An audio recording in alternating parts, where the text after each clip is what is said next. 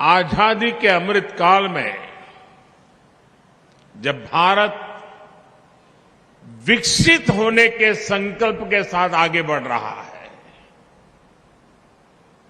तो आप सभी शिक्षकों की भूमिका बहुत बड़ी है। गुजरात में रहते हुए मेरा प्राथमिक शिक्षकों के साथ मिलकर के राज्य की पूरी शिक्षा व्यवस्था को बदलने का अनुभव रहा है। एक जमाने में गुजरात में ड्रॉप आउट रेट, जैसा मुख्यमंत्री जी ने बताया, करीब करीब 40% आसपास हुआ करता था, और आज ये, जैसा मुख्यमंत्री जी ने बताया, 3% से भी कम रह गया है। ये गुजरात के शिक्षकों के सहयोग से ही संभव हुआ है। गुजरात में शिक्षकों के साथ मेरे जो अनुभव रहे, उसने राष्ट्रीय स्तर पर भी नीतियां बनाने में, पॉलिसी फ्रेमवर्क में हमारी काफी मदद की है। अब जैसे रूपाला जी बता रहे थे, स्कूलों में शौचालय न होने के कारण बड़ी संख्या में बेटियां स्कूल छोड़ देती थी। इसलिए हमने विशेष अभियान चलाकर स्कूलों में बेटियों के लिए अलग शौचालय बनवाए।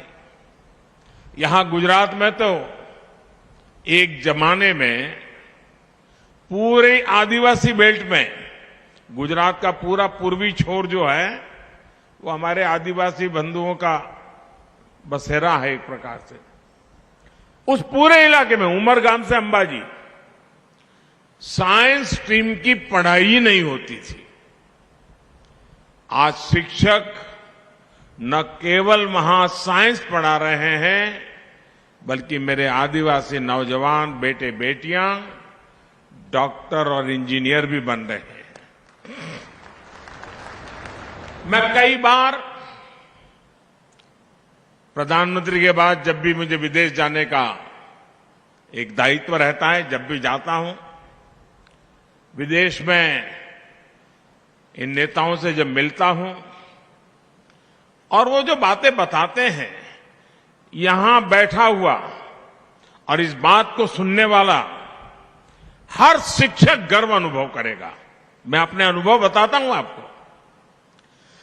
आमतौर पर विदेशों के नेताओं से जब मिलता हूं, तब उनके जीवन में भारतीय शिक्षकों का कितना बड़ा योगदान रहा है, बड़े गर्व के साथ वो वर्णन करते थे। मैं प्रधानमंत्री बनने के बाद मेरी पहली विदेश यात्रा भूटान में हुई, और भूटान के राज परिवार के साथ जब मैं बैठा था, तो वो गर्व से बताते थे, जो उनके सीनियर किंग है वो बता रहे थे कि मेरी पीढ़ी के जितने लोग भूटान में हैं, उन सबको कोई न कोई हिंदुस्तान के शिक्षक ने पढ़ाया लिखाया है, और वो बड़े गर्व से कहते थे। ऐसे ही मैं जब सऊदी अरब गया,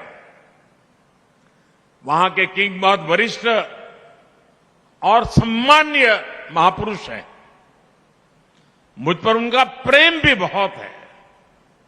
लेकिन उनसे जब मैं बैठा तो बोले, मैं तुझे बहुत प्यार करता हूं। फिर उन्होंने मुझे पूछा, क्यों, मालूम है? मैंने कहा, आप बताइए, ये आपकी कृपा है। उन्होंने कहा, देखो भाई, मैं भले राजा हूं, जो भी हूं, लेकिन बचपन में मेरा शिक्षक तुम्हारे देश का था और तुम्हारे गुजरात का था, और उसने मुझे पढ़ाया। यानी इतने बड़े संपन्न देश के महापुरुष बातचीत में भारत के प्रधानमंत्री के से बात करते समय एक शिक्षक के योगदान की बात करना गौरव अनुभव कर रहे थे। पिछले दिनों कोविड में आप WHO के संबंध में टीवी पर बहुत कुछ देखते होंगे।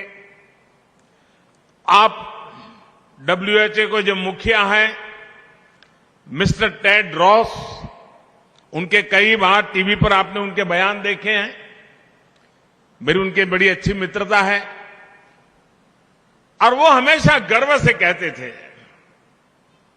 पिछले दिनों जामनगर आए थे तब भी वो उसी गर्व के साथ दोबारा उल्लेख किया।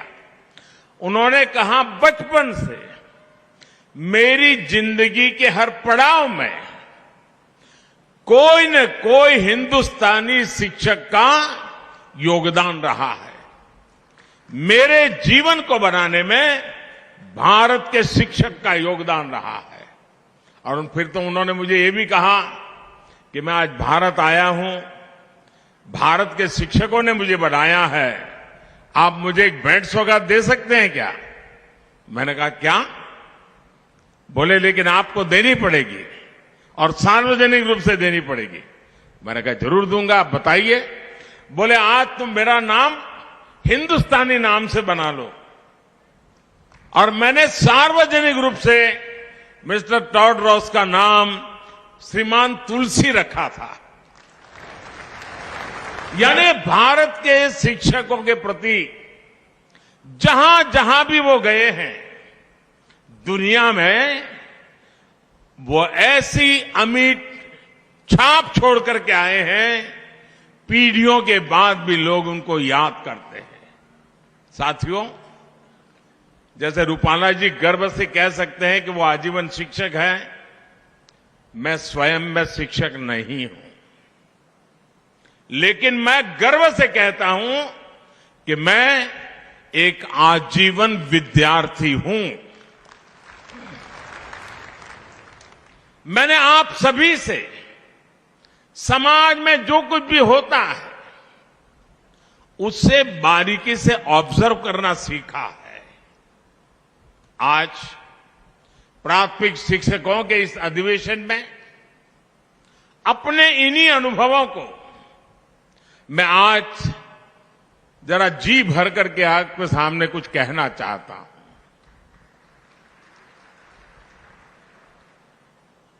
21वीं सदी में तेजी से बदलते हुए इस समय में भारत की शिक्षा व्यवस्था बदल रही है, शिक्षक बदल रहे हैं, छात्र भी बदल रहे हैं। ऐसे में इन बदलती हुई परिस्थितियों में हम कैसे आगे बढ़े, ये बहुत अहम हो जाता है। जैसे हमने देखा है, पहले के टीचर्स के सामने संसाधनों की कमी, इंफ्रास्ट्रक्चर का अभाव जैसी कई चुनौतियां होती थी और तब छात्रों की तरफ से कोई खास चुनौती नहीं होती थी। आज टीचर्स के सामने से संसाधन और सुविधाओं की जो कमी थी, वो जो समस्याएं थी, वो धीरे धीरे दूर हो रही है। लेकिन आज की पीढ़ी के बच्चे, छात्र, उनकी जो जिज्ञासा है, उनका जो कौतूहल है, वे मां बाप के साथ साथ टीचर्स के लिए भी एक बहुत बड़ी चुनौती, चैलेंज लेकर आया है। ये छात्र आत्मविश्वास से भरे हुए हैं, ये छात्र नीडर हैं और उनका स्वभाव 8 साल की उम्र का, 9 साल की उम्र का छात्र भी टीचर को चुनौती देता है। वो शिक्षा के पारंपरिक तौर तरीकों से कुछ नई चीजें उससे पूछता है, बात करता है। उनकी जिज्ञासा शिक्षकों की चुनौती देती है और वो पाठ्यक्रम और विषय से बाहर जाकर उनके सवालों को जवाब दे। यहां बैठे हुए वर्तमान टीचर वर्तमान बच्चों से रोज अनुभव करते होंगे। वो ऐसे सवाल लेकर के आते होंगे, आपको भी बड़ा मुश्किल हो जाता होगा। छात्रों के पास इंफॉर्मेशन के अलग अलग स्रोत है, इसने भी शिक्षकों के सामने खुद को अपडेट रखने की चुनौती पेश की है। इस चुनौतियों को एक टीचर कैसे हल करता है, इस पर हमारी शिक्षा व्यवस्था का भविष्य निर्भर करता है। और सबसे अच्छा तरीका यह है कि इन चुनौतियों को पर्सनल और प्रोफेशनल ग्रोथ के अवसर के तौर पर देखा जाए। ये चुनौतियां हमें लर्न, अनलर्न और रीलर्न करने का मौका देती है।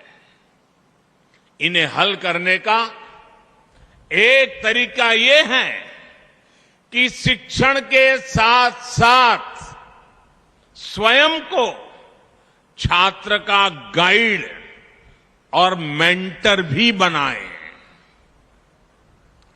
आप भी जानते हैं कि गूगल से डेटा मिल सकता है, लेकिन डिसीजन तो खुद ही लेना पड़ता है।